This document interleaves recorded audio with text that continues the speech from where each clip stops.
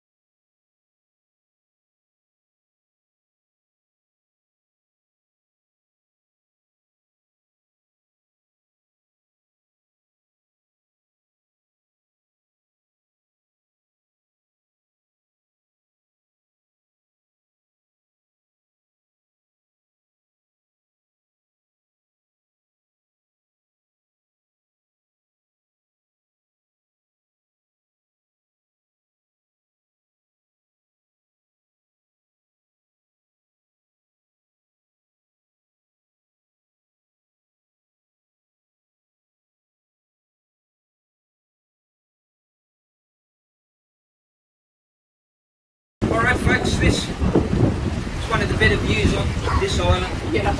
It is where I like to acknowledge our traditional custodians, the Walkaroo Bar people, with the canoe people. Seasonal. This island does dry out, so they would return to the mainland when fresh water wasn't available.